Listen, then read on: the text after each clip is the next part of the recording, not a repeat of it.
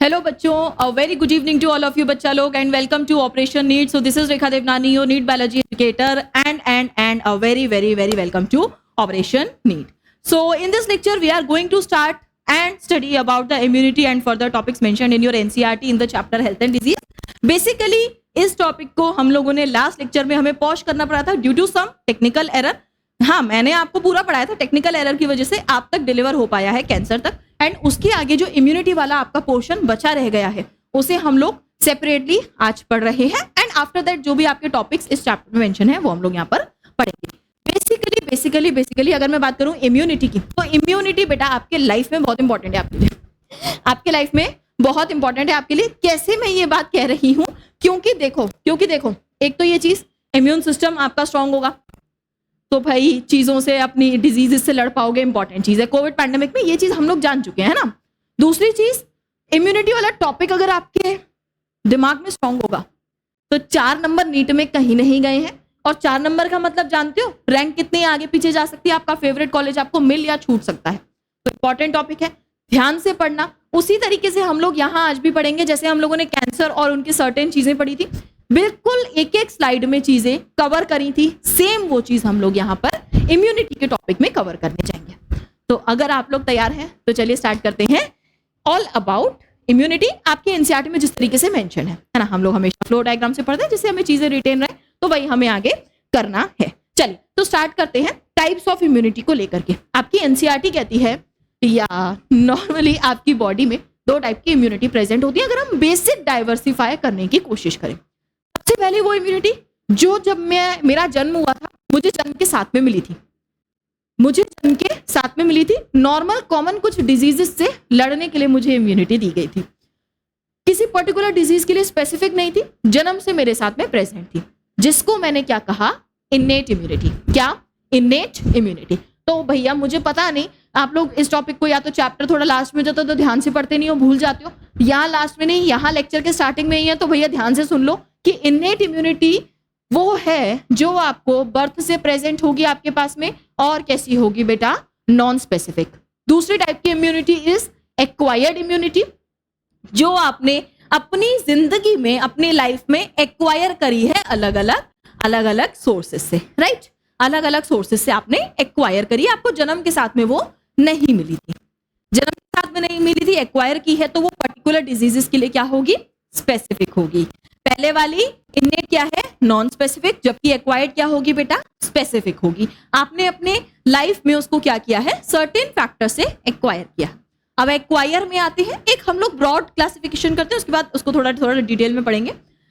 Acquire में आती है आपके पास में बेटा 2. पहली होती है एक्टिव, दूसरी होती है पैसिव. पहली क्या है, एक्टिव, एंड दूसरी क्या है, पैसिव.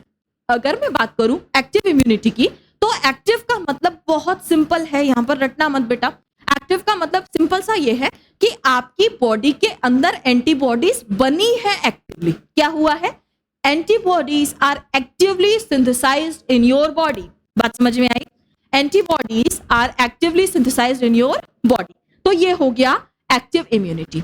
वहीं दूसरा है पैसिव, कि आपकी बॉडी को एंटीबॉडीज प्रोवाइड की गई. क्या की गई, एंटीबॉडीज, बनी बनाई एंटीबॉडीज प्रोवाइड की गई. तो एक्टिव के केस में क्या हुआ, आपकी बॉडी ने एंटीबॉडीज बनाई, जबकि पैसिव के केस में एंटीबॉडीज, प्री फॉर्म्ड एंटीबॉडीज आपको मिली. बात समझ में आई? अब इसमें भी 2 हमारे पास में क्लासिफिकेशन है.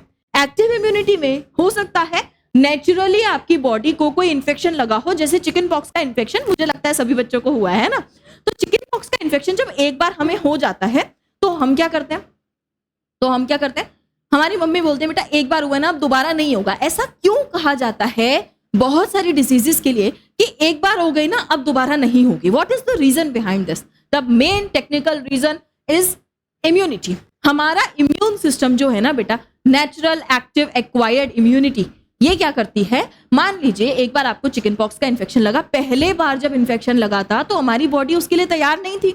हमारी बॉडी को पता ही नहीं था कि ये पर्टिकुलर टाइप का एक बैक्टीरिया, पर्टिकुलर टाइप का एक इन्फेक्शन हमारी बॉडी को लग सकता है. हमारी बॉडी उसके लिए प्रिपेयर नहीं थी. बट जब पहली बार इन्फेक्शन आ गया तो हमारी बॉडी ने बहुत कोशिश की उससे लड़ने की, बहुत सारे ढेरों सिम्टम्स आए हमारी बॉडी में, उस टाइम हमें बहुत सारे सिम्टम्स का सामना करना पड़ा और हमारी बॉडी में हम लोगों ने प्रॉब्लम भी फेस की। But at that same time हमारी बॉडी ने उस पर्टिकुलर पैथोजन के अगेंस्ट क्या बना ली, बहुत सारी एंटीबॉडीज। क्या बना ली, बहुत सारी एंटीबॉडीज। और ये जो इन्फेक्शन लगने के बाद में हमारी बॉडी ने एंटीबॉडीज बनाई है ना, इसको हम लोग कहते हैं कि हमारी बॉडी ने नेचुरली एक्टिवली एंटीबॉडीज बनाई है अपनी लाइफ में जन्म के बाद। बात समझ में आई? अपनी लाइफ में जन्म के बाद बनाई है। दूसरी चीज एक वो आती है आर्टिफिशियल एक्टिव इम्यूनिटी। क्या आती है? Artificial active immunity. तो अगर मैं बात करूं आर्टिफिशियल एक्टिव इम्यूनिटी की, तो इसका मतलब ये कि ये जो इन्फेक्शन आया है ये कहीं ना कहीं पैथोजन को सप्रेस करके मेरी बॉडी में, अगर मैंने वैक्सीन इंट्रोड्यूस कर दी, जैसे कोविड पैंडेमिक के टाइम पर बहुत सारे लोगों को कोविड नहीं हुआ था, तब भी वैक्सीनेशन करवाया था ना, वहां पर हमने क्या किया था, सप्रेस करके पैथोजन को बॉडी में इंट्रोड्यूस किया। अब हमारी बॉडी ने उसके अगेंस्ट एंटीबॉडीज बना ली और हमारी बॉडी में artificial active acquired immunity produce हो गई। क्या हुआ? वैक्सीनेशन से हमने सप्रेस्ड पैथोजन को बॉडी में इंट्रोड्यूस किया, जिससे हमारी बॉडी ने आर्टिफिशियली लेकिन एक्टिवली एंटीबॉडी सिंथेसाइज की और अपनी लाइफ में जन्म के बाद ही की ऑब्वियसली। तो क्या हुआ? ये आर्टिफिशियल एक्टिव एक्वायर्ड इम्यूनिटी। बात समझ में आई? तो आ जाओ हम लोग पैसिव में आगे बढ़ जाते हैं। क्या करते हैं हम लोग? पैसिव में आगे बढ़ जाते हैं बेटा। अच्छा, मेरी बात ध्यान से सुनना। जब मैं बात करती हूं पैसिव इम्यूनिटी की, देखिएगा ये क्वेश्चन बहुत इंपॉर्टेंट है, हर एक स्टेटमेंट से क्वेश्चन आया आपके नीट एग्जाम में, राइट? तो क्या है, अगर मैं बात करूं पैसिव इम्यूनिटी की, तो मेरे पास में अगेन इसमें भी है natural and artificial. Ma'am passive immunity में नेचुरल कैसे होगा? यस, प्री फॉर्म्ड एंटीबॉडीज जब आप एक वैक्सीन की मदद से अगर बॉडी में इंट्रोड्यूस कर रहे हैं, तो वो तो सिंपल सा है, आर्टिफिशियल आपने प्री फॉर्म्ड एंटीबॉडी इंट्रोड्यूस कर दी, आर्टिफिशियल पैसिव एक्वायर्ड इम्यूनिटी हो गया। लेकिन वहीं अगर ये एंटीबॉडी आर्टिफिशियली सिंथेसाइज नहीं किया गया है, ये आपकी बॉडी में आपको नेचुरली प्रोवाइड हुआ है, जैसे कि प्लेसेंटा को क्रॉस करके आपकी बॉडी में आया था आईजीजी एंटीबॉडी, जो कि स्मॉलेस्ट एंटीबॉडी है। वहीं जो आपका इनिशियल डेज ऑफ मिल्क होता है मदर का, ब्रेस्ट मिल्क जिसे हम लोग कोलेस्ट्रम कहते हैं, उसमें आईजीए एंटीबॉडी होता था, ये भी आपको अपनी मदर से मिला था। तो ये आपके जन्म के बाद आपने एक्वायर किया है, प्लेसेंटा को क्रॉस करके आईजीजी एंड कोलेस्ट्रम से IgA. So it is the type of natural passive acquired immunity. तो ये क्वेश्चन आ सकता है आपके नीट 2026 में, ठीक है, आ सकता है आपके नीट 2026 में। तो you must have to remember that IgG and IgA antibodies are the example of natural passive acquired immunity. Right? Got my point? Do you got my point? चलो मैं पानी पी लूँ ना, 1 मिनट रुक जाना, पानी पी लूँ। गला थोड़ा गड़बड़ हो रहा है। एक बार इसका स्क्रीनशॉट ले लेना और इसको ध्यान से पढ़ो तब तक।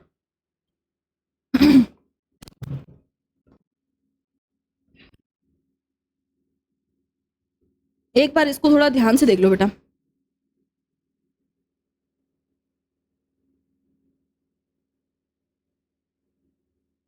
ठीक है, एक बार इसको देख लो। हाँ,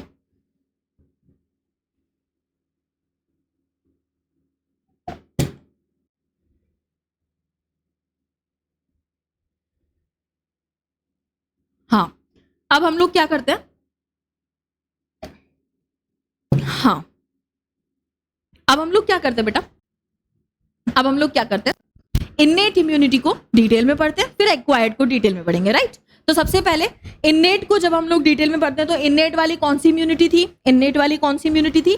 वो जो हमारे पास में जन्म से प्रेजेंट थी, यानी कि कॉन्जेनाइटल इम्यूनिटी में कह सकती हूँ क्या?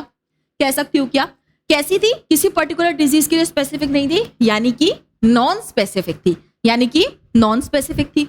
और इसके पास में ऐसा हमें क्या मिला था? There are certain barriers.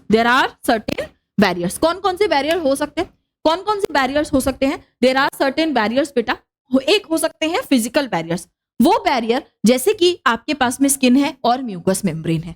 दूसरे हो सकते हैं आपके फिजियोलॉजिकल बैरियर, जैसे कि आपके स्टमक में HCl रिलीज होता है, सलाइवा या फिर टीयर्स, राइट?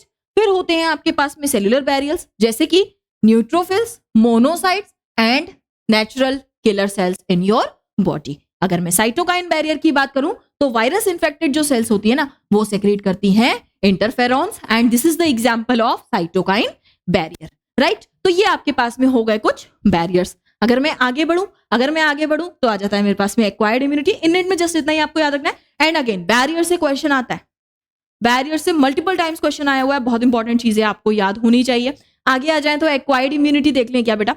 जब मैं बात करती हूँ एक्वायर्ड इम्यूनिटी की, तो इंडिविजुअल एक्वायर्स ड्यूरिंग लाइफ, हमारी एनसीईआरटी सेम लाइन लिख रही है, राइट। तो इसके आगे अगर मैं बात करूं तो बेसिकली ये जनरेट हो रही है कब, जब किसी माइक्रो ऑर्गेनिज्म का एक्सपोजर होता था हमारी बॉडी में। कैसी होती थी? किसी पर्टिकुलर माइक्रो ऑर्गेनिज्म के लिए स्पेसिफिक। और अगर हमारे पास में माइक्रो ऑर्गेनिजम्स बहुत सारे हैं तो इसमें भी डाइवर्सिटी बहुत सारी है, ठीक है। और अगर इसमें डाइवर्सिटी बहुत सारी है तो जो एंटीबॉडीज बन रही है वो हमारी बॉडी पैथोजन की बॉडी में डिस्क्रिमिनेट कर पा रही है, यानी कि जान पहचान बना पा रही है कि हमारी बॉडी कौन सी है और पैथोजन की बॉडी कौन सी है। तो पैथोजन को ही किल करेगी, हमारी बॉडी की सेल्स को किल नहीं करेगी। तो क्या हुआ? Discriminate between self and non self. चौथी चीज इसमें होती है मेमोरी। एक बार इन्फेक्शन हुआ, दूसरी बार के इन्फेक्शन के लिए खुद बॉडी तैयार है, तो क्या होता है? इसमें मेमोरी प्रेजेंट होती है। बात समझ में आई क्या? तो आगे आ जाइए, आगे आ जाए हम लोग। तो इसमें जब हम लोग थोड़ा सा इसका रिस्पॉन्स देख लेते हैं, जो अभी चिकन पॉक्स वाला एग्जांपल लिया ना, सेम वही चीज है यहाँ पर हमारी एनसीईआरटी में मेंशन, कि जब पहली बार इन्फेक्शन लगा था वो था आपका प्राइमरी इम्यून रिस्पॉन्स। उस टाइम पर एंटीबॉडी ज्यादा बनी नहीं थी, तो हमारी बॉडी ने पहला एनकाउंटर था, हमारी बॉडी ने एंटीबॉडीज बनाना तो स्टार्ट कर दी, लेकिन अभी क्या हुआ है? बहुत ज्यादा हाई रिस्पॉन्स नहीं आया है, थोड़ी सी अभी स्लो है, लेकिन ये मेमोरी बना रही है नेक्स्ट एनकाउंटर के लिए, ठीक है। सेकंड चीज, सेकेंडरी इम्यून रिस्पॉन्स तब आता है जब सेम पैथोजन का हमारी बॉडी में दोबारा से इन्फेक्शन होता है, यानी कि ये मेमोरी पर बेस्ड है, हमारे इम्यून सिस्टम की ये मेमोरी पर बेस्ड होता है। तो अब आपसे कोई भी क्वेश्चन पूछे कि एक्वायर्ड इम्यूनिटी के फीचर्स बताओ, तो कंफ्यूज होगी क्या? बिल्कुल नहीं, बहुत सिंपल सी चीज है, टेक्निकल सी है ना, बिल्कुल सिंपल है। तो ये चीज आपको याद होनी चाहिए बेटा। अगर मैं बात करूं आपसे एक्वायर्ड इम्यूनिटी की, तो मैंने आपको अभी जो चार्ट दिखाया उसमें मैंने आपको एक एक्टिव दिखाया, एक पैसिव दिखाया, फिर एक्टिव पैसिव में मैंने आपको नेचुरल आर्टिफिशियल दिखाया। तो अगर मैं ब्रीफली एक्टिव और पैसिव को क्लासिफाई करूं तो क्या क्या मेजर डिफरेंसेस हो सकते हैं वो इस टेबल में मेंशन्ड है और आपके लिए बहुत ही ज्यादा इंपॉर्टेंट भी है, राइट। आपके लिए बहुत ज्यादा इंपॉर्टेंट भी है, तो ध्यान से देखिएगा। क्या है हमारे पास में एक्टिव इम्यूनिटी में? ये कैसी बनी? एक्टिवली बनी हमारे इम्यून सिस्टम या फिर होस्ट के इम्यून सिस्टम में। जबकि अगर मैं पैसिव की बात करूं तो पैसिवली बनी होस्ट के इम्यून सिस्टम में, जबकि पैसिवली इंट्रोड्यूस की गई, जबकि होस्ट के इम्यून सिस्टम में इसमें कोई भी पार्टिसिपेट नहीं किया था, राइट। अगर मैं बात करूं एक्टिव की तो ये इंड्यूस हुई थी बाय इन्फेक्शन ऑफ इम्यूनोजन। अगर मैं इसमें बात करूं तो रेडीमेड एंटीबॉडीज दी गई है ना, वही चीज जो मैं बता रही हूँ ना, वही चीजें यहाँ पर लिखी हुई हैं, ध्यान से देखिएगा। ये ड्यूरेबल और इफेक्टिव रिस्पॉन्स क्रिएट करता है, लेकिन एक बात बताओ, बना बनाया लिया है हो तो थोड़ा सा लेस इफेक्टिव होता है और शॉर्ट लिव्ड रिस्पॉन्स आता है। इसलिए टिटनस का इंजेक्शन हर 6 महीने में लगवाते हो, ठीक है। तो फिर आता है हमारे पास में एक्टिव इम्यूनिटी के बारे में पहली चीज कि इसको थोड़ा सा टाइम देना होता है ना। पहली बार हुआ इन्फेक्शन, थोड़ा टाइम मिलेगा, बॉडी एंटीबॉडी सिंथेसाइज करेगी, अगले इन्फेक्शन के लिए तैयार होगी, है ना। तो इसके पास में इन्फेक्शन के बाद थोड़ा सा लैग पीरियड आता है जब ये टाइम लेती है एंटीबॉडीज प्रोड्यूस करने के लिए। जबकि अगर मैं पैसिव की बात करूं तो इसका इफेक्ट इमीडिएटली मिल जाता है। क्या? इसका इफेक्ट हमें इमीडिएटली मिल जाता है। इसमें मैं बात करूं तो इधर इम्यूनोलॉजिकल मेमोरी प्रेजेंट होती है, तभी तो जैसे ही बार बार इन्फेक्शन होता है तो हमारी बॉडी उसके अगेंस्ट क्या करती है? रिस्पॉन्ड करती है। और एक तरीके से हमारा जो इम्यून सिस्टम है वो इधर एक्टिव था। जबकि अगर हम इधर बात करें, कोई इम्यूनोलॉजिकल मेमोरी नहीं है, ठीक है, तो फिर हमें बार बार क्या करना पड़ता है? एडमिनिस्ट्रेशन पर्टिकुलर एंटीबॉडी का देना पड़ता है, as in case of tetanus, ठीक है। अगर मैं बात करूं इसका, तो इम्यूनो डेफिशिएंट अगर कोई होस्ट है, जैसे कि एक पर्टिकुलर कोई पर्सन है जिसका इम्यून सिस्टम बहुत वीक है, तो वहां पर तो एक्टिवली सिंथेसाइज ही नहीं हो पाएंगे एंटीबॉडीज, तो एक्टिव इम्यूनिटी का कोई भी पर्पस नहीं है इन इम्यूनो डेफिशिएंट होस्ट। जबकि यहां पर हम लोग इम्यूनो डेफिशिएंट होस्ट को उस पर्टिकुलर इम्यूनिटी को प्रोवाइड करते हैं। मान लीजिए एक पर्सन है जिसका इम्यून सिस्टम वीक है, तो उसे हम लोग पैसिव इम्यूनिटी प्रोवाइड करेंगे, है ना। जबकि एक ऐसा पर्सन है जिसकी इम्यून सिस्टम स्ट्रांग है, तो उसको एक्टिव इम्यूनिटी उसकी बॉडी में डेवलप हो रही है, एंड ये डिपेंड करता है सर्टेन पैथोजेंस पर भी। ठीक है, ठीक है। तो फिर आता है इसमें हमारी बॉडी रेजिस्टेंस बढ़ती है, जबकि यहाँ पर हम लोग एक्यूट इन्फेक्शन के लिए इसको यूज करते हैं। जब एक्यूट इन्फेक्शन होने के चांसेस भाई तुरंत चाहिए तो हम लोग इसको यूज करते हैं पैसिव को, अदरवाइज हमारी बॉडी में एक्टिव होती है। बात समझ में आई?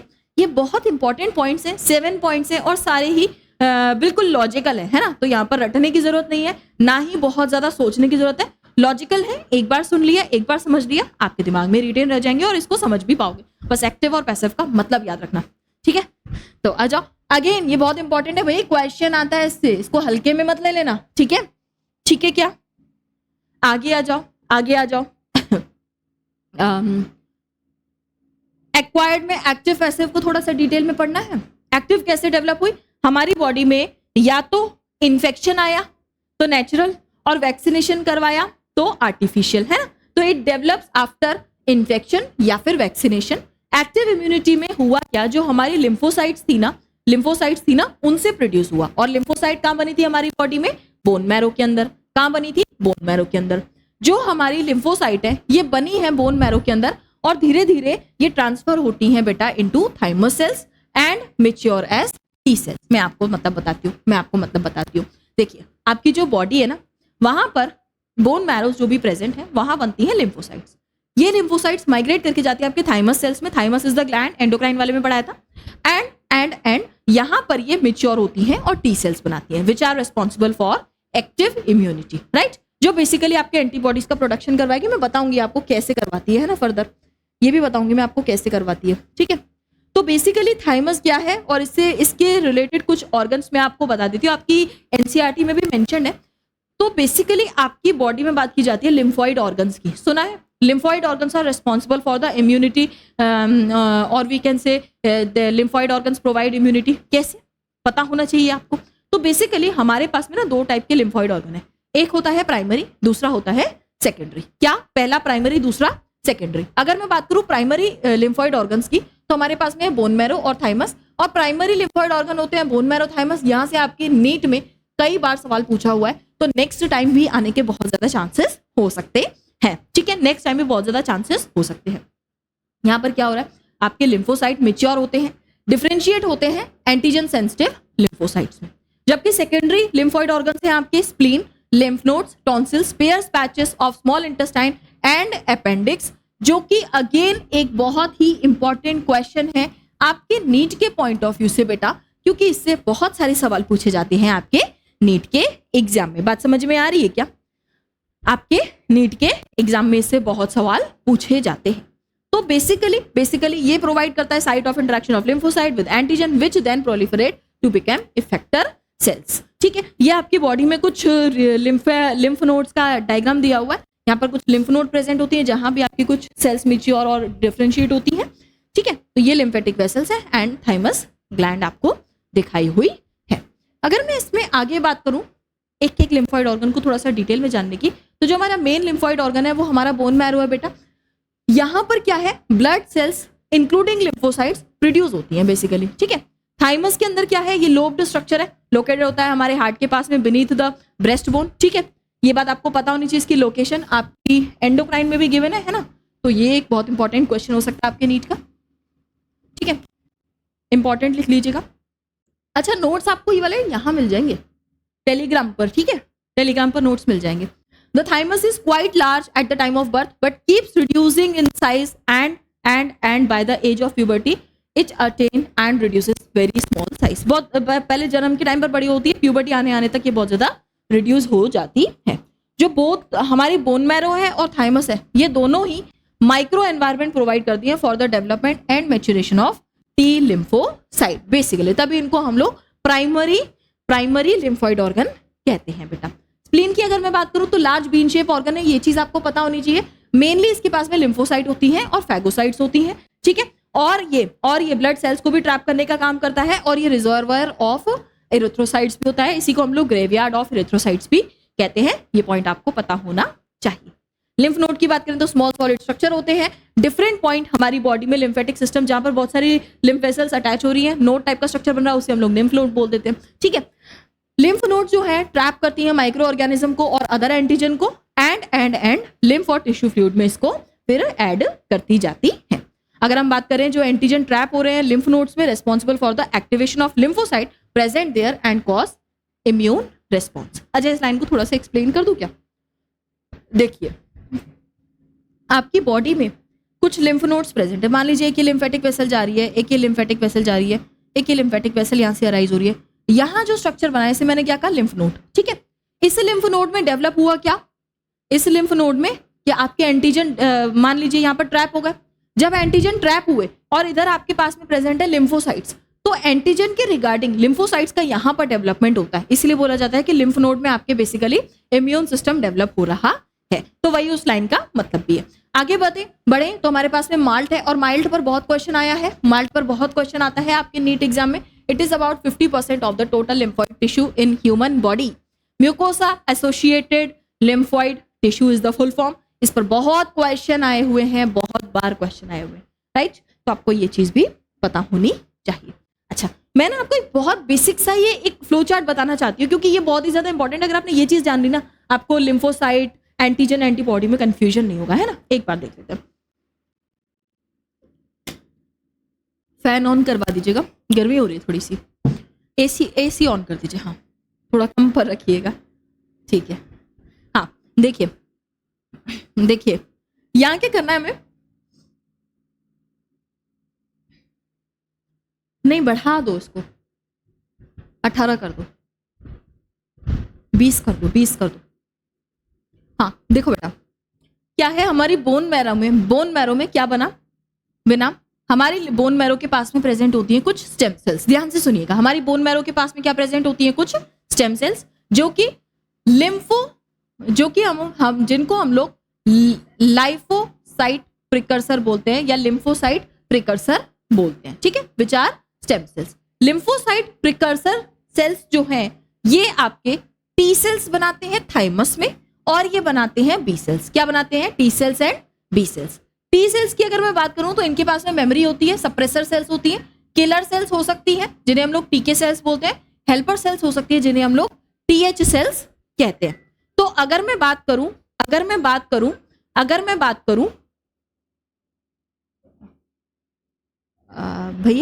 भैया अभी क्लास में हूं मैं, फिर करती हूँ। तो ये जो हमारे पास में टी सेल्स है, ये कैसे हो सकते हैं? टीके सेल्स एंड टीएच सेल्स। ठीक है, टीके सेल्स एंड टीएच सेल्स हो सकते हैं। अगर मैं बात करूं हेल्पर सेल्स की, तो ये किलर सेल्स को पॉजिटिव रिस्पॉन्स देते हैं फॉर फर्दर डेवलपमेंट। अगर मैं बात करूं किलर सेल्स की, तो ये इंपॉर्टेंट सेल्स है जो कि सेक्रेट करती हैं लिम्फोटॉक्सिन्स, परफोरेंस, सेल्युलर इम्यूनिटी या फिर सीएमआई। तो आपसे पूछा जाता है ना कि सीएमआई किससे डेवलप हुई, तो आप बताते हो किलर सेल से, टी सेल से, ये वही वाली है। ठीक है, इसके अलावा हेल्पर टी सेल्स जो है ना, ये साइटोकाइंस भी सेक्रेट करती है। क्या? ये साइटोकाइंस भी सेक्रेट करती है। वही हेल्पर टी सेल्स एक और काम करती हैं, बी सेल्स को भी आगे फर्दर प्रोसीड करती है, फॉर्मेशन करती है, एंड ये बेसिकली प्लाज्मोब्लास्ट सेल्स होती हैं जिनके पास में मेमोरी है, और प्लाज्मा सेल्स होते हैं। प्लाज्मा सेल्स से फिर ये बनाती हैं एंटीबॉडीज। एंटीबॉडीज हमारे पास में सर्टेन हो सकती हैं, आईजीजी विच इज स्मॉलेस्ट, लिख लीजिएगा। अच्छा, ये वाले नोट्स आपको देने हैं तो मुझे यहाँ पर लिखना पड़ेगा which is smallest. IgA is present in colostrum. जो मेन चीजें आपको पूछी जाती है ना, कोलेस्ट्रम में प्रेजेंट है। IgM is largest. ठीक है, IgD is over here, and आपके पास में आईजी है, ई है एलर्जिक रिस्पॉन्स के लिए, राइट? तो ये आपके पास में प्रेजेंट है। अगर मैं बात करूं एंटीबॉडीज का प्रोडक्शन करती है हमारी बी सेल्स, तो ये आपको प्रोवाइड करती हैं ह्यूमोरल इम्यूनिटी, जिसे हम लोग एंटीबॉडी मीडिएटेड इम्यूनिटी कहते हैं। इसका अगर सार में आपको बताऊं, ओवरऑल सार में आपको बताऊं, जहां से टू द पॉइंट नीट का क्वेश्चन आएगा, वो ये है कि आपके बोन मैरो में ही ये सारी सेल्स डेवलप कर रही हैं, फर्दर एक दूसरे को पॉजिटिव और नेगेटिव कहीं नहीं है, पॉजिटिव रिस्पॉन्स क्रिएट कर रही हैं।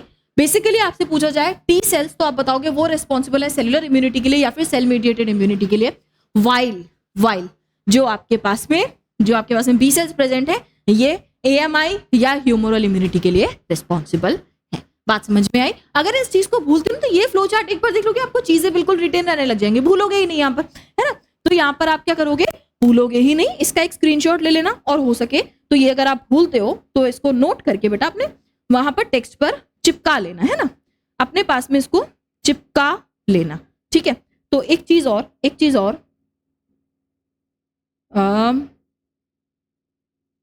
यहां पर आगे बढ़े हम लोग, तो हम लोग इधर अगेन हम लोग उधर ही आगे बढ़ गए।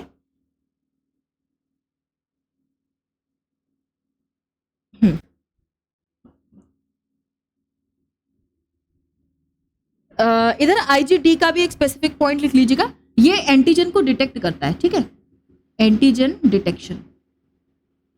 तो डी से एंटीजन डिटेक्शन याद कर लेना, है ना, एक ये चीज और, ठीक है। आज ये आपके पास में यहां पर, ठीक है। तो अब आपके पास में क्या है, एक्वायर्ड इम्यूनिटी जो है,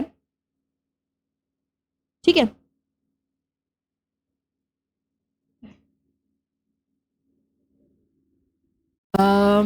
इधर एक चीज और नोट कर लेना, इधर ना रेस्पिरेटरी वाला पॉइंट, और हालांकि एनसीईआरटी में है नहीं, बट मुझे लगता है लिख लो यहां पर, है ना,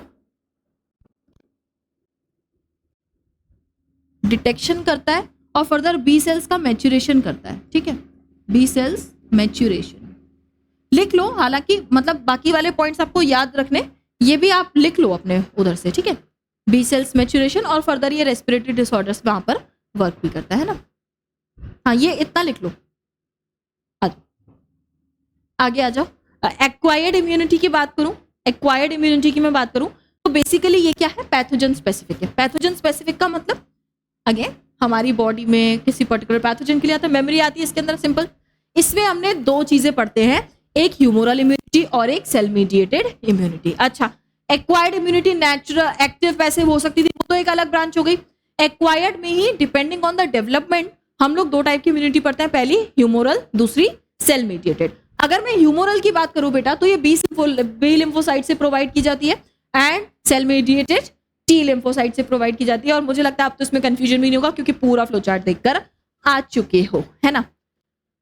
अब इन्हीं दो टाइप ऑफ लिम्फोसाइट के बिहाफ पर हमारे पास में दो टाइप के इम्यून रिस्पॉन्स हैं, सेल मीडिएटेड इम्यून सिस्टम और एंटीबॉडी मीडिएटेड इम्यून सिस्टम, वो हम लोग पढ़ेंगे। तो इसको थोड़ा सा ध्यान से पढ़ लेते हैं, ठीक है। सेल मीडिएटेड इम्यून सिस्टम में हमारे पास में बेस्ड है ये टी सेल्स पर, और लगभग ये हमारी बॉडी का 60 to 70% इम्यून रिस्पॉन्स क्रिएट करता है। बेसिकली इसमें चार टाइप के सेल्स आते हैं, चार टाइप के इसमें सेल्स आते हैं। पहला सेल हेल्पर टी सेल, हमने ध्यान से वहां पे फ्लो चार्ट में देखा था, activate, helper cell, stimulate, killer T cell and B cells, ठीक है।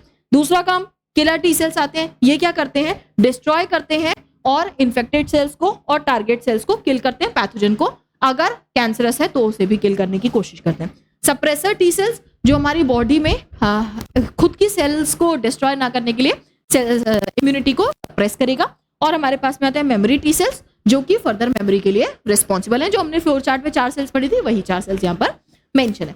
बस फ्लो चार्ट याद हो गया तो ये भी चीजें आराम से आ जाएंगी आपको।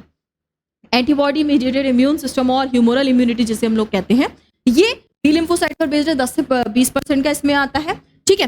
तो बेसिकली एंटीबॉडी या फिर इम्यूनोग्लोबिन, जिसे हम लोग इम्यूनोग्लोबिन भी कहते हैं, अगर मैं इसकी बात करूं तो एक एंटीबॉडी का स्ट्रक्चर आपकी एनसीईआरटी में मेंशन है। बेसिकली 2 ग्लाइकोप्रोटीन मॉलिक्यूल से बना हुआ होता है, 4 पेप्टाइड चेन होती हैं, इस पे 2 लाइट होंगी और 2 हैवी चेन होती हैं। तो इससे हम लोग H2L2 स्ट्रक्चर भी कहते हैं, 2 हैवी चेन 2 लाइट चेन, कैसा, ग्लाइकोप्रोटीन की चेन होती है, ठीक है। और आपस में ये जुड़े हुए होते हैं डाइसल्फाइड बॉन्ड से, जो कि बहुत ही ज्यादा इंपॉर्टेंट क्वेश्चन है आपके नीट के पॉइंट ऑफ व्यू से बेटा। तो क्या बोलते हैं, H2L2 स्ट्रक्चर भी इसे हम लोग कहते हैं। हमारे पास में बहुत सारी एंटीबॉडीज हो सकती हैं, A2, ये AGMED, है ना। तो इनका मैंने बता दिया आपको फंक्शन, वो भी लिख लीजिएगा यहाँ पर। और हम लोग एंटीबॉडी का स्ट्रक्चर देख लेते हैं। कुछ इस तरीके की एंटीबॉडी थी, आपकी एनसीईआरटी का ही डायग्राम है, मेरे पास कुछ नया नहीं लेकर के आई हूँ, आप ही की एनसीईआरटी का, जो आपके नीट के पॉइंट ऑफ व्यू से इंपॉर्टेंट है बेटा। 2 यहाँ पर देख रहे हो, these are 2 light chains, these are 2 light chains, and this is 1 heavy chain, this is 1 heavy chain, ठीक है। तो ये हो गए 2 हैवी चेन H2 एंड ये हो गए 2 लाइट चेन, यानी कि L2। तो टोटल मॉलिक्यूल को हम क्या कहते हैं, H2L2 मॉलिक्यूल। अगर मैं ओवरऑल बात करूं इसकी, इस स्ट्रक्चर की, तो ये दोनों चेन जो है ना, ये जो दोनों चेन है आपस में लाइट और हैवी जुड़ी हुई है, यहाँ पर देख पा रहे हो, ये कलर विजिबल है क्या? ब्लैक ले लें क्या? ये कलर विजिबल है यहाँ पर। ये दो चेन आपस में जुड़ी हुई हैं दो सल्फाइड बॉन्ड से, डाइसल्फाइड बॉन्ड से। कैसे? डाइसल्फाइड बॉन्ड से, राइट? तो यहां पर क्या है? डाइसल्फाइड बॉन्ड, ठीक है। यहां पर क्या है? Disulphide bond. यहां पर क्या है? डाइसल्फाइड बॉन्ड, ठीक है। और दोनों आपस में जो लाइट चेन में भी ये बने हुए हैं, ये भी क्या है? Disulphide bond. तो लाइट हैवी और हैवी लाइट दोनों आपस में किससे जुड़े हुए हैं? डाइसल्फाइड बॉन्ड से। और अपने सेपरेटली भी कैसे जुड़े हुए हैं? डाइसल्फाइड बॉन्ड से। बेसिकली इस साइड की अगर मैं बात करूं, जो ऐसे लग रहा है कि वो नहीं घर में आता प्लकर या प्लास आता है ना, उसके जैसा स्ट्रक्चर आगे कुछ बना हुआ है। दिस इज द, जैसे प्लकर का काम होता है ना कि आगे से कुछ वो चीज पकड़ लेता है ऐसे करके, है ना, सेम वैसा ही है यहाँ पर। ये जो प्लकर टाइप के स्ट्रक्चर बने हुए हैं, these are antigen binding site. Antigen यहाँ पर बाइंड होता है, फिर फर्दर एंटीबॉडी एंटीजन रिस्पॉन्स यहाँ पर क्रिएट होता है। बात समझ में आई क्या? बात समझ में आई क्या? आई क्या? चलो आगे बढ़ जाते हैं। अब हम लोग बात कर लेते हैं थोड़ा सा वैक्सीनेशन पर। आपकी एनसीईआरटी में सेपरेटली वो दिया हुआ है, इस पर आपकी एनसीईआरटी में सेपरेटली इसको बताया हुआ है। वैक्सीनेशन बेसिकली हम लोग क्या करते हैं, in suspension of inactivated pathogen, in suspension of inactivated pathogen या फिर एंटीजेनिक प्रोटीन अगर हम बॉडी में ओरली या फिर इंजेक्ट करके प्रोवाइड करें और हमारी बॉडी में इम्यूनिटी डेवलप हो, वो बेसिकली हमारा बेसिक थिंग है वैक्सीनेशन की, ठीक है। Edward Jenner, doctor Edward Jenner जो थे, इन्होंने दुनिया की सबसे पहली सक्सेसफुल वैक्सीन बनाई थी। ये चीज आपको पता होनी चाहिए, ठीक है। सक्सेसफुल वैक्सीन इन्होंने बनाई थी, ये चीज आपको पता होनी चाहिए। अब इसका हम लोग देख लेते हैं कि किस तरीके से वैक्सीन काम करती हैं, क्या इसका प्रिंसिपल है। तो अगर हम बात करें, basically principle of vaccination and immunization is based on the property of memory of the immune system. Vaccine जो है वो हम लोग कई बार इंट्रोड्यूस करते हैं, जनरेट करते हैं एंटीबॉडीज, और आपकी बॉडी में टॉक्सिन या फिर पैथोजन को न्यूट्रलाइज करने की कोशिश करते हैं। ये प्रोड्यूस करते हैं बी सेल्स और टी सेल्स, जो कि रिकग्नाइज करते हैं पर्टिकुलर पैथोजन को और सब्सिक्वेंट एनकाउंटर्स, एंड फिर प्रोड्यूस करते हैं एंटीबॉडीज, जो हमारे एक्टिव इम्यून सिस्टम का बेसिकली चीज थी। अगर हम लोग quick immune system immune response चाहते हैं, तो as in case of tetanus infection, जो अभी थोड़ी देर पहले मैं बता रही थी आपको, इसमें हम लोग प्री फॉर्म्ड एंटीबॉडीज या फिर एंटीटॉक्सिन बॉडी में इंजेक्ट कर देते हैं और डायरेक्ट उसको रिलीफ मिल जाता है, जिसे हम लोग पैसिव इम्यूनाइजेशन कहते हैं। बात समझ में आई? तुम्हारे पास में दो तरीके के इम्यूनाइजेशन हो गए। एक्टिव इम्यूनाइजेशन, जिसमें हमने इनएक्टिवेटेड पैथोजन इंट्रोड्यूस किया। पैसिव इम्यूनाइजेशन, जिसमें हम लोगों ने प्री फॉर्म्ड एंटीबॉडीज इंट्रोड्यूस कर दी हैं। बात समझ में आई? जो वही एक्टिव पैसिव पढ़ा था, सेम वहां पर हम लोग यहाँ पर हम लोग ये चीज देख रहे हैं। तो एंटीजेनिक मटेरियल जैसे ही हम लोग हेल्दी पर्सन में इंट्रोड्यूस करते हैं, एंटीबॉडी जनरेट होती है, मेमोरी प्रेजेंट होती है, तो इसे हम लोग प्राइमरी इम्यून रिस्पॉन्स कहते हैं। कोविड पैंडेमिक के टाइम पर जब वैक्सीन लगी थी तो थोड़ा बुखार आया था, वो प्राइमरी रिस्पॉन्स था। अब दोबारा से आपको इन्फेक्शन नहीं होगा उसका, वो सेकेंडरी रिस्पॉन्स आएगा, राइट। तो जब सेकेंड टाइम एनकाउंटर होगा तो आपके पास में वैक्सीनेटेड पर्सन के पास में मेमोरी प्रेजेंट होगी, रैपिडली रिकॉग्नाइज कर लेगा, मैसिवली लिम्फोसाइट एंटीबॉडीज का प्रोडक्शन होगा और आपकी बॉडी में पैथोजन को डिस्ट्रॉय कर दिया जाएगा। अब आपकी बॉडी परेशान नहीं होगी, ठीक है। तो आपको डिजीज अपीयर नहीं होगी, पर्सन रेजिस्टेंट है इस पर्टिकुलर डिजीज के लिए आफ्टर वैक्सीनेशन। इसीलिए छोटे बच्चों को कई सारी चीजों के लिए टीके लगवाए जाते हैं। टीका माथे वाला टीका नहीं, इस वैक्सीन को कहा जाता है, ठीक है। तो आगे आ जाइए। हम लोग जब आगे बढ़ते हैं तो हमारे पास में इम्यून सिस्टम के डिसऑर्डर्स आते हैं, जैसे कि हाइपर सेंसिटिविटी डिसऑर्डर। कई बार क्या होता है, हमारा इम्यून सिस्टम एक्सैजरेटेड रिस्पॉन्स कर रहा है बहुत सारी चीजों के लिए। पॉलन ग्रेन है, उससे जबरदस्ती आपको छींके आनी है, ये एलर्जी है। क्या बोलते हैं इसको हम लोग? एक्सैजरेटेड रिस्पॉन्स ऑफ इम्यून सिस्टम। छोटी छोटी चीजों के लिए भी बहुत ज्यादा रिस्पॉन्स क्रिएट किया जा रहा है, जिसे हम लोग हाइपर सेंसिटिविटी या फिर एलर्जी कहते हैं। बात समझ में आई? तो इसे हम लोग क्या कहते हैं? A person shows hyper response और hyper sensitivity for a common antigen and this is called allergy, ठीक है, ठीक है। जैसे कि बहुत सारे एलर्जेंस हो सकते हैं आपके पास में। Common allergens can be pollen grain, किसी पॉलन ग्रेन के लिए आपको एलर्जी हो सकती है। फूड में बहुत सारी चीजें, जैसे कि किसी को एग से होती है, किसी को फिश से होती है, किसी को व्हीट से भी होती है। भाई वो तो बड़ा खतरनाक है, भाई व्हीट का ही कोई मटेरियल नहीं खा पा रहे हो। मेडिसिन से हो सकती है, एग्जाम्पल पेनिसिलिन ले लो, और भी बहुत सारी हो सकती हैं। कोल्ड से होती है, हीट से होती है, सनलाइट से, किसी किसी को किसी फाइबर से, अलग अलग तरीकों से आपको एलर्जी होती है। तो these are called as allergens, जो भी आपको एलर्जी करते हैं। अगेन आपसे पूछा जाए एक स्टेटमेंट में बताओ एलर्जी क्या है, तो आप बताओगे the exaggerated response of immune system to certain antigen present in our environment is called allergy. अगर मैं बात करूं इम्यून सिस्टम की, तो ये प्रोड्यूस होती है IgE टाइप की, इसमें एंटीबॉडी प्रोड्यूस होती है जो एलर्जिक रिस्पॉन्स के लिए आगे फाइट करती है। ये चीज आपको पता होनी चाहिए। आगे बढ़े हम लोग, तो इम्यून सिस्टम के और भी डिसऑर्डर हो सकते हैं, जैसे कि bronchial asthma, hay fever are certain examples, right. Immune system में एलर्जी के रिस्पॉन्स वो हो सकते हैं, ठीक है। इसके अलावा आपके पास में एक टाइप के डिसऑर्डर आते हैं जिन्हें हम लोग ऑटो इम्यून डिसऑर्डर कहते हैं। इस केस में क्या होता है, आपकी बॉडी ना सेल्फ और नॉन सेल्फ में डिस्क्रिमिनेट नहीं कर पा रही है। वैसे हमारी बॉडी में ये फीचर था कि सेल्फ और नॉन सेल्फ में डिस्क्रिमिनेट कर पाती थी, यहां नहीं कर पा रही है। रीजन कि अब हमारी बॉडी थक चुकी है, वो अपना पराये में अंतर नहीं कर पा रही है और खुद की ही सेल्स को डिस्ट्रॉय करना स्टार्ट कर दिया। And there are certain auto immune disorders. सबसे पहला माइस्थीनिया ग्रेविस, जो कि आपको लोकोमोशन एंड मूवमेंट वाले चैप्टर में पढ़ाया जाता है। It is a auto immune disorder, ठीक है, जेनेटिक डिसऑर्डर है ये। फिर अगर हम लोग बात करें पर्नीशियस एनीमिया, तो इधर आपकी जो ब्लड की सेल्स है उन्हें ही डिस्ट्रॉय किया जाता है इम्यून सिस्टम से। एक ये आपका क्या है, auto immune disorder. Hashimoto's disease, rheumatoid arthritis एक इंपॉर्टेंट डिजीज है। बाकी विटिलेगो आप और मल्टीपल स्क्लेरोसिस आप याद रख सकते हो, ठीक है। इससे आपके नीट एग्जाम में बहुत पुराने में कई सवाल आया हुआ है, तो ये मैंने आपको ऑप्शन एलिमिनेशन के लिए यहाँ पर दे रखे हैं, ठीक है। तो ये चीज आपको पता होनी चाहिए। तो अगर मैं बात करूं इसके आगे वाले टॉपिक की, तो आपकी एनसीईआरटी में मेंशन है बेटा ड्रग एब्यूज, राइट। क्या है, ड्रग एब्यूज। और इसके बाद में ड्रग एब्यूज के बाद में अल्कोहल, और आपका चैप्टर खत्म। इसके लिए एनसीईआरटी खोल लो और डायरेक्ट एनसीईआरटी से ही पढ़ना है। एनसीईआरटी खोल लो और डायरेक्ट एनसीईआरटी से ही पढ़ना है।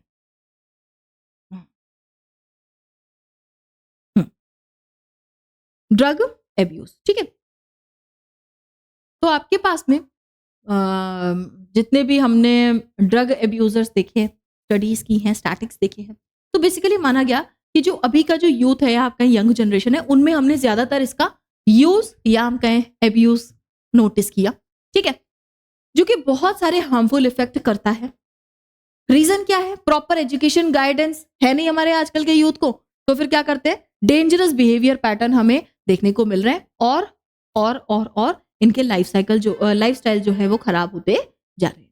जो ड्रग्स है कॉमनली अगर हम लोग डिस्कशन करें according to the NCERT, commonly abused जो ड्रग्स हैं वो है एक ओपियोइड्स, कैनाबिनॉइड्स और कोका एल्केलॉइड्स आपकी एनसीईआरटी में मेंशन है, और इन्हीं को हमें डिटेल में पढ़ना है। इसी पर बहुत सारे सवाल आते हैं, ठीक है। मेजॉरिटी जो है इनमें से वो फ्लावरिंग प्लांट से ही हम लोग ऑब्टेन करते हैं। एक एग्जाम्पल आपको याद रखना है, एक फंजाई से हम लोग ऑब्टेन करते हैं जिसका नाम है LSD।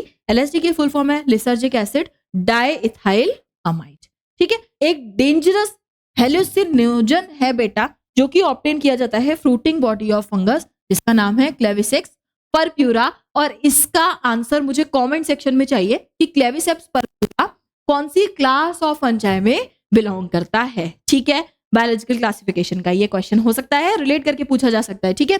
तो आगे आ जाओ आगे आ जाओ। आपके पास में हम लोग एक एक करके पढ़ेंगे। पहले आता है ओपियोइड, हाँ बस इसको हम लोग जो क्वेश्चन पूछे जाते हैं उसको हमने पॉइंटर्स में कर लिया है। सबसे पहली चीज, ओपियोइड के रिसेप्टर कहाँ हो सकते हैं, जीआई ट्रैक्ट एंड सीएनएस में, बहुत इंपॉर्टेंट है। अगर मैं बात करूं कहां से ऑब्टेन हुआ, तो पेपेवर्स होमिनिफेरम यानी कि पॉपी प्लांट से ऑब्टेन होता है। और आपकी एनसीईआरटी में कहां लिखा हुआ है मुझे चाहिए कमेंट सेक्शन में, ठीक है। हीरोइन को जिसे हम लोग कॉमनली स्मैक भी कहते हैं, ठीक है। केमिकली ये क्या है मैं आपको बताती हूँ। देखो बेसिकली क्या है ये, केमिकली डाई एसिटाइल मॉर्फिन, यानी कि मॉर्फिन को 2 बार एसिटाइलेशन करवा दें तो क्या बन जाएगा हमारे पास में, हीरोइन। क्या बन जाएगा हमारे पास में, हीरोइन, ठीक है। व्हाइट कलर की होती है, ऑर्डरलेस होती है, बिटर क्रिस्टलाइन कंपाउंड होता है बेटा, एसिटाइलेशन ऑफ मॉर्फिन से बना था, ठीक है, ठीक है। अगर हम लोग इसकी बात करें तो जनरली स्नॉटिंग या फिर इंजेक्शन से लिया जाता है, और बेसिकली ये डिप्रेसेंट होती है, आपकी बॉडी के फंक्शंस को स्लो डाउन कर देती है, इसलिए ये एक वेरी इफेक्टिव सेडेटिव या फिर पेन किलर होती है। और कई बार इसे यूज किया जाता है उन पेशेंट्स को ट्रीट करने के लिए जो कि सर्जरी से गए हुए होते हैं, और उनके पेन को कम करने के लिए से यूज किया जाता है। तो ये आपको कुछ चीजें याद रखनी है ओपियोइड्स के बारे में। ये ओपियोइड की बात करें तो ये ओपियम पॉपी का आपका प्लांट है, और केमिकल स्ट्रक्चर ऑफ मॉर्फिन देखें तो ये है, 2 बार इसका एसिटाइलेशन करवा दोगे तो क्या बन जाएगा, हीरोइन बन जाएगी, ठीक है, ठीक है, हीरोइन बन जाएगी। कैनाबिनॉइड्स की बात कर लेते हैं। कैनाबिनॉइड्स के जो रिसेप्टर हैं बेसिकली आपके ब्रेन पर इफेक्ट करते हैं, ब्रेन में होते हैं इसके रिसेप्टर्स।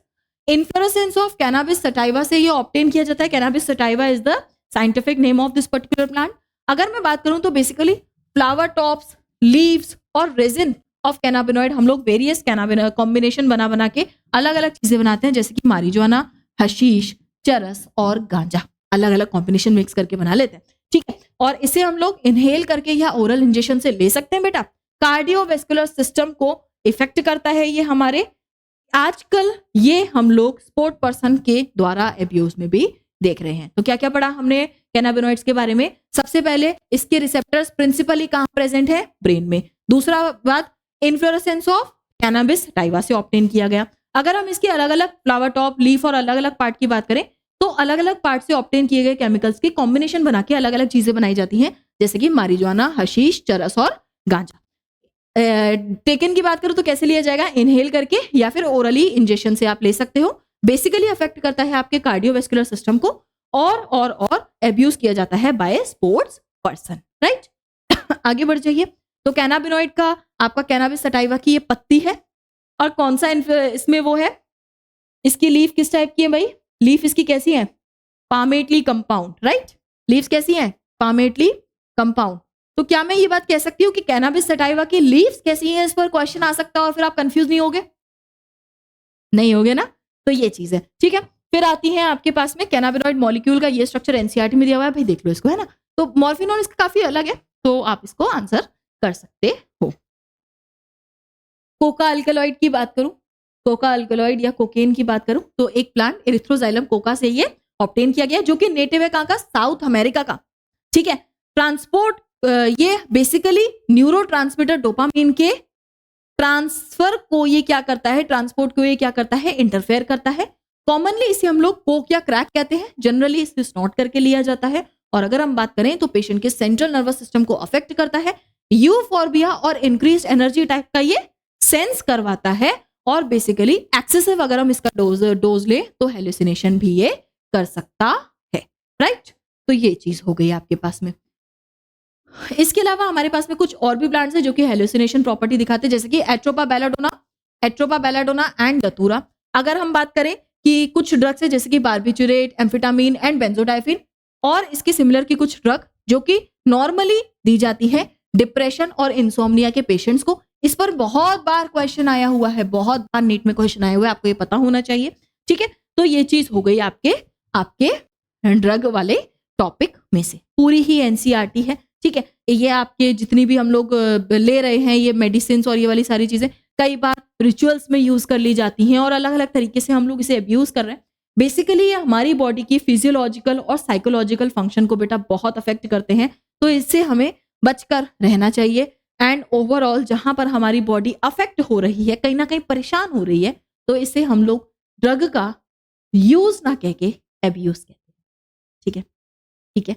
तो this is all about drug abuse, अलग अलग टाइप की ड्रग्स. और बिल्कुल फटाफट से आपने मिनटों में इसको रिवाइज भी कर लिया है. तो आगे बढ़ जाते हैं हमारे नेक्स्ट टॉपिक की तरफ, विच इज एल्डोलोसेंस. एल्डोलोसेंस, जो बच्चा मुझसे पूछेगा व्हाट इज एल्डोलोसेंस, मार खाओगे. और कई बार आप पूछते हो कि मैम एल्डोलोसेंस क्या है ना, तो इधर ये चीज देखो. बेसिकली एक पीरियड और प्रोसेस है बेटा ड्यूरिंग जब आप मेच्योर हो रहे होते हो, अपने एटीट्यूड में, अपने बिलीव्स में, और बेसिकली सोसाइटी में आपका क्या पार्टिसिपेशन है. एज बिटवीन 12 to 18 ईयर्स का जो एज है वो आपका एडोलेसेंस पीरियड है, जिसमें आप में से कई सारे बच्चे हैं भी. बेसिकली इसे हम ये कह सकते हैं कि bridge linking childhood and adulthood. Adult होने से पहले, बच्चे होने के बाद का जो मेन ब्रिज है वो क्या है? आपका एडोलेसेंस. और जिस टाइम पर आप अपना रोल ढूंढ रहे होते हो सोसाइटी में, इस टाइम पर आपको बहुत सारी चीजों का प्रोस एंड कॉन्स पता होने चाहिए. That leads to the correct way of development of your life. या आप ये कहो कि आप किस तरीके से किस चीजों में आगे फर्दर पार्टिसिपेट करोगे, वो डिपेंड करता है. तो adolescence period is very important, जहां पर आपको सही और गलत के बीच में फैसला करना आना चाहिए. आप एडोलेसेंस पीरियड में हो, आप अगर ड्रॉपर हो, आप 18 से ऊपर हो चुके हो, कोई दिक्कत नहीं. आपका छोटा भाई बहन अगर इस पीरियड में है, इस टाइम में है, 12 के 18 के बीच में, आप 17 के हो तो आपको काफी सारी चीजें ऑलरेडी पता है. बट जो बच्चे 13, 14, 15 में, उनको तो बहुत ज्यादा इस चीज की नॉलेज होनी चाहिए. और आप में से कई सारे आपके भाई बहन होंगे इस पीरियड में, तो उनको आप प्रॉपर गाइडेंस और प्रॉपर नॉलेज प्रोवाइड करें. ये आपकी रिस्पॉन्सिबिलिटी है. राइट, तो आगे आइए. तो ये एक पीरियड वो है जब आपकी बॉडी मेंटली आप डेवलप होती है. तो एडोलेसेंस हम लोग इसका मतलब दोनों निकाल सकते हैं, एक पीरियड है और एक प्रोसेस है जिस टाइम पर बच्चा मेच्योर हो रहा है in attitudes, beliefs and effective of participation in society. Basically ये वाला इसका टाइम पीरियड है, ठीक है। अगर मैं बात करूं तो ब्रिज है linking between childhood and adulthood, वही वाली बात जो आगे लिखी थी। बेसिकली इस टाइम पर आपकी बॉडी में बहुत सारे बायोलॉजिकल एंड बिहेवियरल चेंजेस होते हैं, बहुत सारे बायोलॉजिकल एंड बिहेवियरल चेंजेस होते हैं। इसीलिए हम लोग कहते हैं कि इस टाइम पर बहुत वल्नरेबल फेज होती है मेंटल एंड साइकोलॉजिकल डेवलपमेंट की, ठीक है। तो इस टाइम पर आपके छोटे भाई बहन आपसे बहुत अंटे शंटे सवाल पूछते होंगे, उनके दिमाग में क्यूरियोसिटी बहुत सारी चलती होगी। तो इस टाइम पर उसका वो साइकोलॉजिकली और बिहेवियरली और बायोलॉजिकली डेवलप कर रहा है, तो उसको समझाओ अच्छे से, तसल्ली से, है ना। तो एक ये चीज हो जाती है। क्यूरियोसिटी, वही चीज आ गई, क्यूरियोसिटी हो रही है आपको, एडवेंचर और एक्साइटमेंट हो रहा है, अलग अलग चीजें, सब कुछ एक्सपेरिमेंट करके जाना है हमें, है ना। तो वो चीज है, अपने यंगस्टर्स को मोटिवेट करो towards the drug and alcohol abuse. तो समझाओ कि एल्कोहल और ड्रग का जो एब्यूज है उससे आपको कैसे बचना है, क्योंकि इस टाइम पर सबसे ज्यादा क्यूरियोसिटी हर चीज को ट्राई करने की बहुत होती है, राइट। तो यहाँ पर आपको अपने छोटे भाई बहन को बचाना, खुद को तो दूर रहना ही रहना है, ठीक है। तो एक ये चीज हो जाती है। इस टाइम पर नेचुरल क्यूरियोसिटी है, तो इसे मोटिवेट करो अपनी लाइफ में आगे बढ़ने के लिए आप मोटिवेट कर सकते हो। आगे बढ़े तो जो चाइल्ड का क्यूरियोसिटी है, ठीक है, दिस कंपेन्ड बाय उसके बेनिफिट ऑफ ड्रग और एल्कोहल यूज और अब्यूज के बारे में आप उसे बताएं, ठीक है। ठीक है। तो इसके अलावा जो कई बार ऐसा होता है कि स्ट्रेस और प्रेशर टाइप का क्रिएट होता है, तो वो उनसे भी आप उन्हें बचाएं, ठीक है। एक ये जो कूल बनने वाली, कूल बॉय और कूल गर्ल बनने वाली जो चीजें उसके रिगार्डिंग में ड्रग और एल्कोहल का ट्राई हो जाता है, तो उससे बचाएं। सिगरेट स्मोकिंग का ट्राई हो जाता है, तो उससे अपने भाई बहनों को उसके हार्मफुल इफेक्ट्स के बारे में बताकर आप उसे प्रिवेंट कर सकते हैं, ठीक है, ठीक है। बेसिकली हम लोग इनको टेलीविजन, मूवीज, न्यूज़पेपर, इंटरनेट की हेल्प से भी प्रमोट कर सकते हैं इन चीजों के रिगार्डिंग, राइट। तो एक ये चीज हो सकती है। और कई बार ऐसा होता है कि हमारे जो एडोलेसेंस पीरियड वाले लोग हैं, इससे कई ज्यादा इफेक्ट हो जाते हैं और इनका यूज स्टार्ट कर देते हैं ड्यू टू अनसपोर्टिव फैमिली, और we can say unsupportive teachers, और we can say unsupportive surrounding. तो बेटर इज कि उन्हें सपोर्टिव एनवायरनमेंट प्रोवाइड किया जाए, जिससे कि आपके छोटे भाई बहन आपसे सारी बातें शेयर करें, ठीक है। तो एक ये चीज हो जाती है। आगे हम लोग बात करें तो एल्कोहल और एल्कोहलिज्म क्या है। बेसिकली एल्कोहल का जो यूज है ये आपके सेंट्रल नर्वस सिस्टम को अफेक्ट करता है और एक डिप्रेसेंट है, ठीक है। और एक क्या है, डिप्रेसेंट है। बेसिकली इथाइल अल्कोहल कंज्यूम किया जाता है फर्मेंटेटेड बेवरेजेस से आपको मिलता है, जिनमें लो कंटेंट ऑफ एल्कोहल है। तो आपके पास में लो कंटेंट ऑफ एल्कोहल वाले कुछ फर्मेंटेड बेवरेजेस हो सकते हैं, जैसे कि beer and wine. Basically simple कुछ फ्रूट जूसेस का फर्मेंट करके बनाया गया, 13% से कम इथाइल अल्कोहल होता है इनके अंदर, जैसे कि बियर और वाइन। वहीं अगर हम इन फर्मेंटेड बेवरेजेस का फर्दर डिस्टिलेशन करा दें, यानी कि अल्कोहल को और प्योर फॉर्म में, यानी कि मोर देन 13% में लेकर के जाएं, यानी कि डिस्टिलेशन भी करवा दें, तो आगे ये बन जाते हैं सर्टेन आपके पास में अल्कोहल्स, आपके पास में ब्रांड्स हैं जैसे कि ब्रांडी, रम, विस्की, जिन, और इनमें अलग अलग परसेंटेज ऑफ एल्कोहल प्रेजेंट होता है, ठीक है। तो ये चीज है, एल्कोहल के बारे में आपको पढ़ाया जा रहा है, यहाँ पर ध्यान से सुनो, ठीक है। तो एक ये चीज हो गई। एल्कोहल क्या करता है, रैपिडली एब्जॉर्ब हो जाता है आपकी स्टमक की वॉल में। कहाँ एब्जॉर्ब होता है, याद रखना है, नीट का क्वेश्चन है, ठीक है। दुनिया का भला करते करते मत भूल जाओ कि नीट की तैयारी कर रहे हो, हाँ। तो ये एब्जॉर्ब हो जाता है, एंटर करता है आपकी ब्लड स्ट्रीम में with in minutes of injection, कुछ मिनट में ही, तभी तुरंत नशा चढ़ जाता है, ठीक है। लिवर के अंदर ये अल्कोहल कन्वर्ट होता है इनटू टॉक्सिक सब्सटेंस एसिटाल्डिहाइड, और ये एसिटाल्डिहाइड आपको हार्मफुल इफेक्ट क्रिएट करता है। और क्योंकि ये लिवर में कन्वर्ट होता है टॉक्सिक सब्सटेंस, तो इसीलिए बोला जाता है, वो गाना बना हुआ है, लीवर मेरा हो गया खराब है। क्यों? क्योंकि बहुत ज्यादा एक्सेसिव यूज ऑफ एल्कोहल किया तो लिवर डैमेज तक हो सकता है, तो इससे आपको प्रिवेंट करना ही है, ठीक है। और लोगों को इससे दूर रखना है, ठीक है।